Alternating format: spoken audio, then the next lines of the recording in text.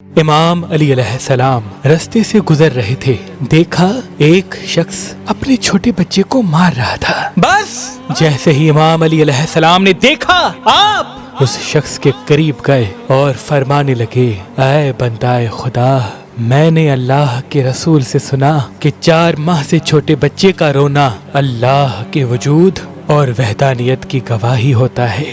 یاد رکھنا، جب معصوم بچے جب نیند میں مسکراتے ہیں تو انہیں ہم محمد و آل محمد کی زیارت نصیب ہوتی ہے۔ اے شخص، یہ کبھی نہ بھولنا، جب روح جسم میں آتی ہے اور جسم گناہوں سے پاک ہوتا ہے، اس وقت تک فرشتے اللہ کا کرم لے کے اللہ کی برکت کے ساتھ معصوم بچوں کے ارد گرد گھومتے رہتے ہیں۔ تمہارا بچہ گناہ سے پاک ہے، ظلم سے پاک ہے، حسد سے پاک ہے، نفرت سے پاک ہے۔ اے شخص، تمہارے بچے کو مارنا تمہیں ہی برباد کرے گا اور تمہارے ہی گھر کا رزق کم کرے گا۔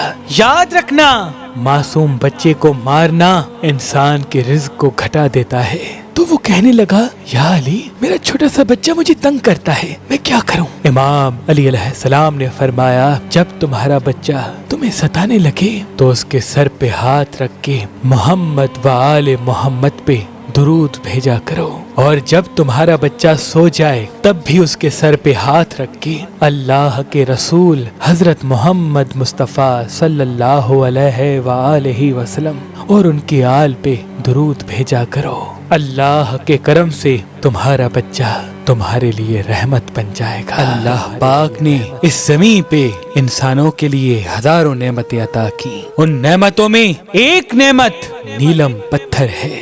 اللہ کے ولی حضرت شاہ شمس تبریز نے فرمایا، جو انسان نیلم پتھر کو زحل کی انگلی میں پہنے گا تو اس کے سامنے دوسرے انسانوں کے چہرے واضح ہو جائیں گے، کون اس کا اپنا ہے اور کون اس کا دشمن وہ ایک جھلک میں پہچان لے گا۔ تبھی اس پتھر کو انسان پہچاننے کا پتھر بھی کہا جاتا ہے۔ تو ابھی فون اٹھائیں اور مہربان اسٹونز کے نمبر پہ کال کر کے یہ نیلم پتھر حاصل کریں۔ اگر ہمارا نمبر آپ کو مصروف ملتا ہے تو آپ ہماری ویب سائٹ مہربانی.com یا ہماری اپلیکیشن سے بھی یہ نیلم پتھر حاصل کر سکتے ہیں۔ اللہ تمام مومنین کو سلامت رکھے۔